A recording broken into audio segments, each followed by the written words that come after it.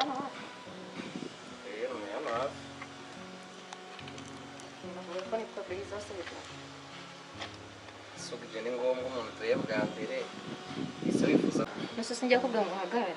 nyine nashaka kumenya izina ryawe nkamenya niba uba no muri quartier tukibera inshuti nicyo bitwaye ndagitwaye njyewe ndi mu buzima busanzwe ntabwo njya menyana n'abanyeshuri ese kuki usuzugura urabona ndi umwana usuka ibi bisuko waramubonye kandi ubu ngubu ugeze nko mu buriri wasanga wabona ndi mukuru nduta mama we noneho igitangaje aka kanya duhutangiye kuganisha mu buriri abana b'ikigiye mwabaye muti cyaze sha gishobora kuba ukuze umuntu uvuga aganisha mu buriri ino urumva kubera utuye hano hafi y'ikigo nagenza nkuruhukire wawe mba nkeneye kwiga kuruhuka mu mutwe nkaza nkagufasha n'imirimo ubundi wowe ujya wimesera ubwo ngubwo ndabizi abahungu mugira ubunebwe nagenza nkabigukorera ikibazo nicyo bitwaye kujya gutangura ntabwo ari byiza sibyo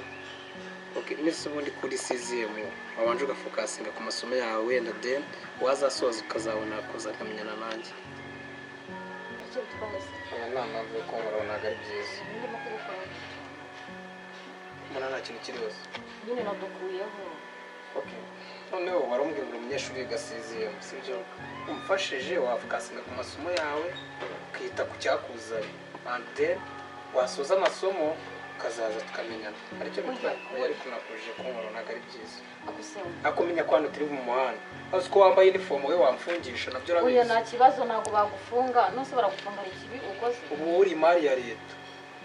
nabyo warubizi oya ntabwo ndi imari ya leta umva umuntu afite uburenganzira bwe ngaho ucunguza uburyo umwete umbwira ibyo ushaka nikomereza kuko hagize umuntu ko kuca abana akabona amagaranye n'umunyeshuri yavuga ngo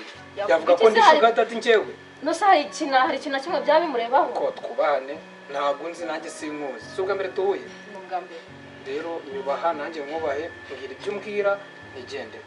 nyine mu magambo make ariko bivuga utankuraho nakwiyamye please nta kibazo mu magambo make nashakaga kujya nzi iwawe nkaruhuka nkakora etide nkagufasha n'imirimo ese wanjye katari mu buruhukiro koko uragira ngo ufashe nose njyewe nkubwiye ko nzajya nza kuharuhukira nkubwiye nzajya nza kuhakora etide mu gihe abandi barimo gukina ngiye ndi kukureba nyine nkagukira wowe mbwira icyo ushaka urase ku ntego sibyo menye ngo mfashe izo risike cyangwa se menye ngo ndaguhakaniye wirasa ku ntego y'ikintu ushaka ureke kunshurika nanjye ndi umuntu mukuru reka twibere inshuti basi bivuga utankora sibyo se wajya unshimuka witi ucirika njye nakubashye naguhaye umwanya wanjye ubuze aho nari njye urahazi ibintu nari ngiyemo agaciro bifite urakazi urabizi ariko nyine sorry nimba nta kintu gutwaye wareka tukanywa ese hari ikibazo nuko abantu babinshutira ese wagifunga ase waretse muko kandi wowe akose ko mbona umwana mutoya ukaba ufite ase ubwana babupimira mu ndeshyo babupimira hehe iki cyakubwira ko ndi umwana ko bigaragara noneho sibyo ndabona bakomeje nyine gufosinga ko turi inshuti sibyo nishimiye kumenyana nawe beri bose ubwo tuzabona nabo gusa uruzi ko turabonana n'ubutaha wenda tuzahura okay bye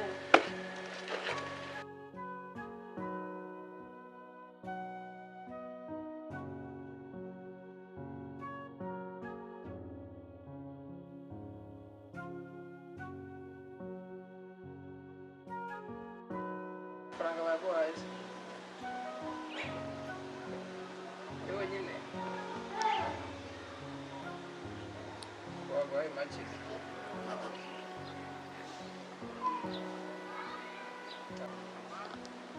sawa kaze ndaje muvugisha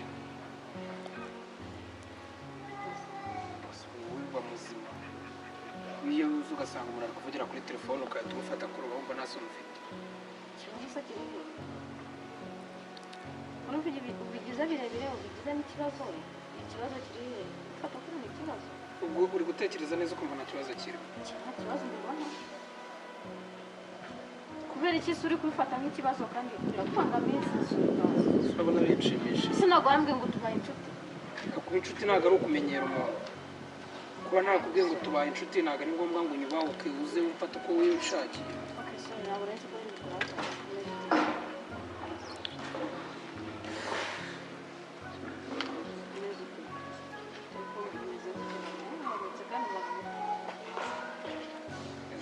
wese umeze ute igihe cyose utaha amasaha atagezeho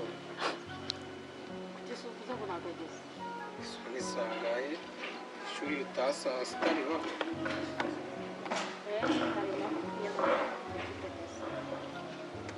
azabigiramo ingeso yo gutoroka cyane njye naha nyine kuko hari impamvu imwe ntabwo njya mbavuga njyewe se kuko nawe umuntu urayenegereje aha ngaha dufitanye gahunda agunda agoye ntabwo nakubwiye se umufashe ariko bagakora abayituri ntabwo bibaga nyine ko ari reka mubwize ukuri twabaye inshuti yewe sibyo ariko ubucuti hari aho bugarukira sibyo kuba turi inshuti urumva tuyuba ibyo utazahana tukazanahura ni kumwe n'umuntu ukaza uvuga ngo umenye uriya turaziranye cyangwa ngo uyu ni uzana utuntu ntazi sibyo yego turi inshuti pe sibyo ni nayo mpamvu nyine mba nagwaye agaciro ubuse nakupa umuntu twari turi kuvugana nkakuvugisha ni uko nyine turi inshuti kandi nubaha nyine ubwo bucuti dufitanye gusa next time sibyo mbere yo kugira nyine gukora ikintu cy'ubugoryi cy'ubanza nyine witonde wasi umuntu asozanye n'umuntu bari kuvuga se nawe ntukajya ugira umujinya nimba umuntu aba yagukumbuye ni ikibazo wagiye utuza akamudamu nga basi mbabarire niba wenda nakubwiye nabi cyangwa nakosheje sibyo nanjye n'umuntu wari kunshitinga cyane nyine bituma mutura umunabi kandi nta ruhare babikoze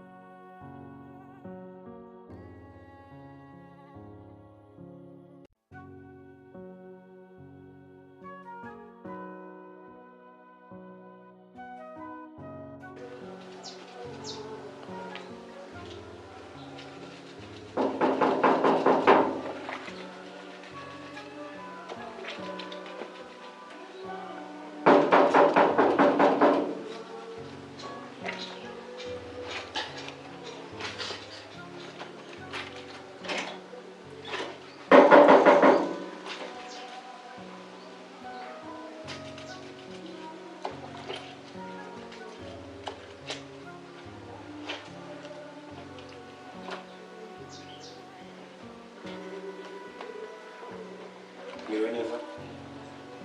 amakuru yawe uko bimeze wowe witwa Nsengimana Kiyo yego ni njyewe wowe witwa Nsengimana Kiyo yego ni njyewe nitwa Samuel nkora mu kigo Rwanda Investigation Bureau RIB ko mbona wikanze nta kintu nakoze njyewe kandi mbona uri muri ishinze cyane wenda ababikubwiye bambe biheshyeye nta kintu nakoze rwose mbabarire nagira ngo mu rwego rwo korohereza iperereza uraza ujyane kuri sitasiyo ya polisi ubundi ibyaha ukekwaho ujye mu byo wajya mu rukiko uburane kuko urashinjwa ibintu byinshi rwose nta kintu nakoze rwose mbabarire ni ukuri kw'Imana nta kibazo genda wambare ubundi uze kuri sitasiyo ya polisi nta kintu nakoze rwose nakubwiye ngo genda wambare ubundi uze tugende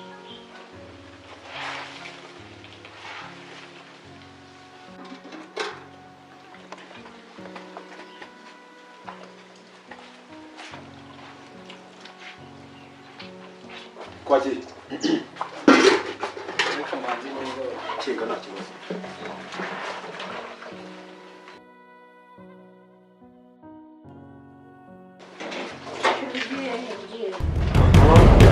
sasa ufatiwe mu cyuho we nawe ujya imbere abana b'abanyeshuri n'ahangaha ngo bagira